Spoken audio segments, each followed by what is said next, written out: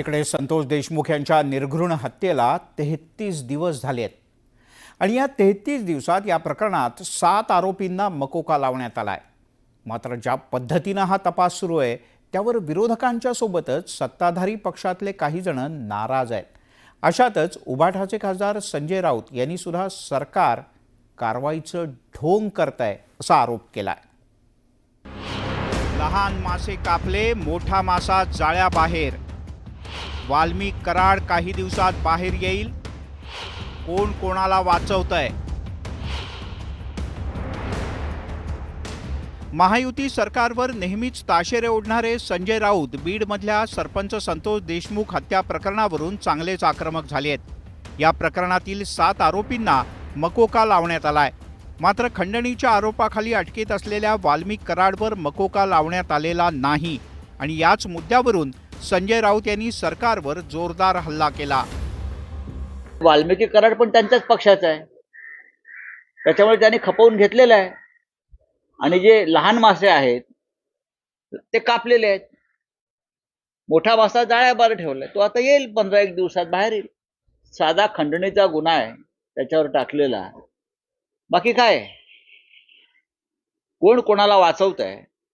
आणि हे राज्य म्हणजे माफियांचं राज्य कसं झालंय?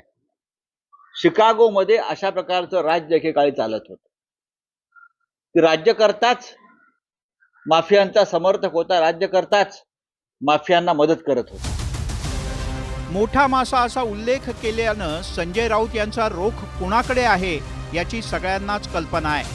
हा मोठा मासा आणि त्याला वाचवण्यासाठी कोण कोण प्रयत्न करतंय हे समोर येईलच। दरम्यान ठाकरेंच्याच पक्षाचे नेते अंबादास दानवे यांनी तर थेट या प्रकरणात वाल्मिक कराडचा प्रत्यक्ष सहभाग असूनही पोलीस कराड आणि त्याच्या वरिष्ठाला वाचवण्याचं काम करतायत असा आरोप केला। सरकार गुन्हेगारांना संरक्षण देतं ही आमची स्पष्ट भूमिका आहे। जे मुख्य आरोपी आहे त्यांच्यापर्यंत अजून सरकार पोहोचत नाही माहिती असूनही। वाल्मिक कराड असेल, वाल्मिक कराडांना खून केलेल्या लोकांनी सातत्याने संपर्क साधलेला आहे। वाल्मिक कराडांच्या दबावामुळे पोलीस स्टेशनमध्ये कंप्लेंट 3 तास रजिस्टर झाली नव्हती। या सगळ्या गोष्टी सुस्पष्ट असतानाही वाल्मिक कराडावर अजूनही 302चा गुन्हा दाखल होत नाही।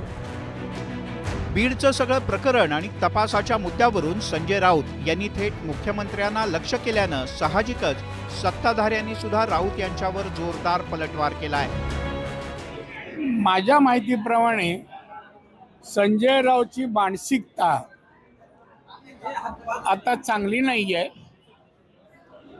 डिप्रेशनमध्ये सध्या संजय राऊत आहेत। त्यांच्या बोलण्याकडे लक्ष मी तर देत नाही, आपणही देऊ नका। ते बरळलेल्या अवस्थेत ते त्यांच्या बोलण्यावर आता बोलणं म्हणजे केव्हा उठा काय बोलतात ते काही समजत नाही। त्यामुळे ते रोज वेगवेगळं स्टेटमेंट करत असल्यामुळं त्यांच्या बोलण्यात काही अर्थ नाही।